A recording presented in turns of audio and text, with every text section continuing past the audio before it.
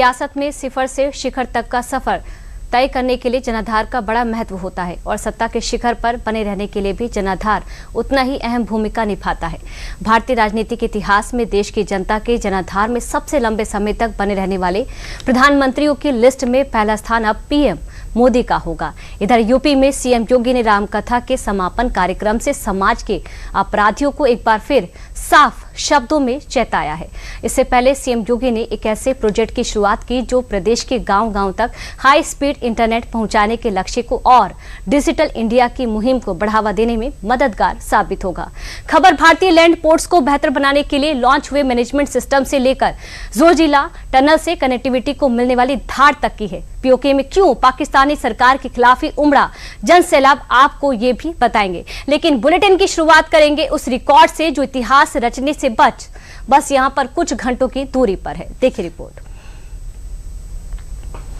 नरेंद्र दामोदर दास मोदी, ईश्वर की शपथ लेता हूं कि मैं विधि द्वारा स्थापित भारत के संविधान के प्रति सच्ची श्रद्धा और निष्ठा रखूंगा।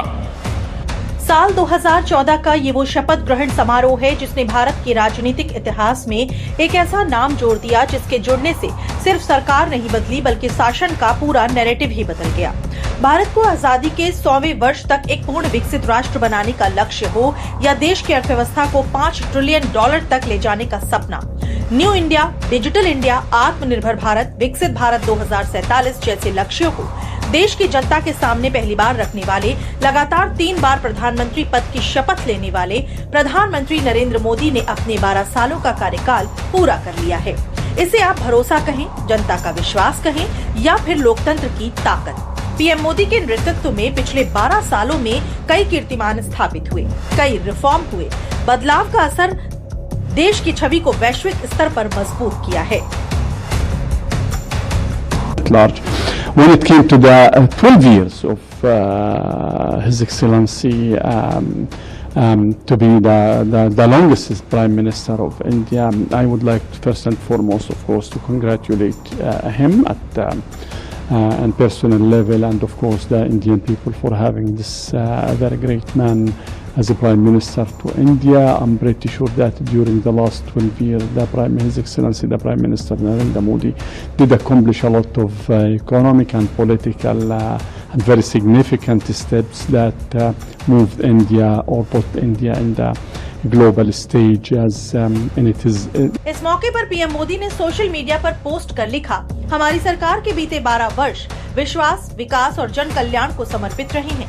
140 करोड़ देशवासियों के आशीर्वाद और राष्ट्र प्रथम की भावना से हमने युवाओं, महिलाओं और अपने किसान भाई बहनों को सशक्त बनाने में कोई कसर नहीं छोड़ी है। ये हमारे अथक प्रयासों का ही परिणाम है कि इंफ्रास्ट्रक्चर से लेकर डिजिटल क्रांति तक आज देश को दुनिया भर में एक नई पहचान मिली है। विकसित भारत के संकल्प को साकार करने के लिए हम सेवा, सुशासन और समृद्धि के इसी पथ पर निरंतर आगे बढ़ते रहेंगे। समृद्धि के पथ पर निरंतर आगे बढ़ते रहने के लिए मोदी सरकार कई बड़ी योजनाओं को लॉन्च किया है, जिन्होंने सीधे आम लोगों की जिंदगी पर असर डाला है। गांव की रसोई से लेकर शहर के अस्पतालों तक और बैंक खाते से लेकर डिजिटल भुगतान तक, इन योजनाओं ने लास्ट माइल डिलीवरी और डायरेक्ट बेनिफिट ट्रांसफर को न सिर्फ मजबूत किया बल्कि बिचौलियों का काम भी खत्म कर दिया। तो इन 12 सालों में मोदी सरकार की कौन कौन सी योजनाएं सबसे कारगर साबित हुई हैं, ये आपको विस्तार से समझाते हैं। 12 साल योजनाएं बेमिसाल। 2014 में शुरू हुई ये योजना देश की सबसे खास फाइनेंशियल योजनाओं में से एक है। इस योजना के जरिए करोड़ों लोगों के जीरो बैलेंस बैंक खाते खोले गए। इसका सबसे बड़ा फायदा ये हुआ कि सरकारी योजनाओं का पैसा सीधे लोगों के खातों में पहुंचने लगा। कोरोना काल में महिलाओं और गरीब परिवारों तक आर्थिक मदद पहुंचाने में इस योजना ने अहम भूमिका निभाई। उज्ज्वला योजना। प्रधानमंत्री उज्ज्वला योजना ने ग्रामीण महिलाओं की जिंदगी बदलने का काम किया। पहले महिलाएं लकड़ी और उपलों के धुओं में खाना बनाती थी, लेकिन इस योजना के तहत मुफ्त गैस कनेक्शन दिए गए। इससे महिलाओं की सेहत में सुधार हुआ और घरों में स्वच्छता भी बढ़ी। ये योजना महिला सशक्तिकरण की बड़ी मिसाल बन गई है। आयुष्मान भारत। ये योजना दुनिया की सबसे बड़ी हेल्थ इंश्योरेंस स्कीम्स में से शामिल है। इसके जरिए गरीब परिवारों को सालाना 5 लाख रुपए तक का मुफ्त इलाज मिलता है। इसने लाखों परिवारों को इलाज के भारी खर्च और कर्ज से बचाने का काम किया। कैंसर, हार्ट और बड़ी सर्जरी जैसे मामलों में ये गरीबों के लिए बड़ी राहत बनी। स्वच्छ भारत मिशन। ये मिशन सिर्फ सफाई अभियान नहीं बल्कि सामाजिक बदलाव का आंदोलन बना। देश भर में करोड़ों शौचालय बनाए गए, महिलाओं की सुरक्षा और सम्मान बढ़ा, खुले में शौच की समस्या में बड़ी कमी आई। जल जीवन मिशन, इसके तहत करोड़ों ग्रामीण घरों तक नल से पानी पहुंचाया गया। इससे महिलाओं की मेहनत कम हुई, दूषित पानी से होने वाली बीमारियों में कमी आई। मुद्रा योजना, इसके जरिए छोटे व्यापारियों और युवाओं को बिना गारंटी लोन दिए गए। चाय की दुकान, बुटीक, मोबाइल रिपेयरिंग और छोटे व्यवसायों को बड़ा सहारा मिला। इस योजना ने युवाओं को नौकरी ढूंढने वालों से नौकरी देने वाला बनाने में मदद की। स्टार्टअप इंडिया, इसने देश में एंटरप्रेन्योरशिप को नई पहचान दी। सरकार ने टैक्स छूट, आसान रजिस्ट्रेशन और फंडिंग सपोर्ट जैसे कदम उठाए। इसकी मदद से आज भारत दुनिया का तीसरा सबसे बड़ा स्टार्टअप इकोसिस्टम बन चुका है। पीएम आवास योजना, प्रधानमंत्री आवास योजना की मदद से करोड़ों गरीब परिवारों को पक्के घर मिले। कई घर महिलाओं के नाम पर दिए गए, जिससे उन्हें सामाजिक सम्मान मिला। डिजिटल इंडिया ने सरकारी सेवाओं और भुगतान व्यवस्था में बड़ा बदलाव किया। यूपीआई ने भारत को डिजिटल भुगतान के मामले में दुनिया के अग्रणी देशों में शामिल कर दिया। आज छोटे दुकानदार से लेकर बड़े मॉल तक क्यूआर कोड के जरिए भुगतान ले रहे हैं।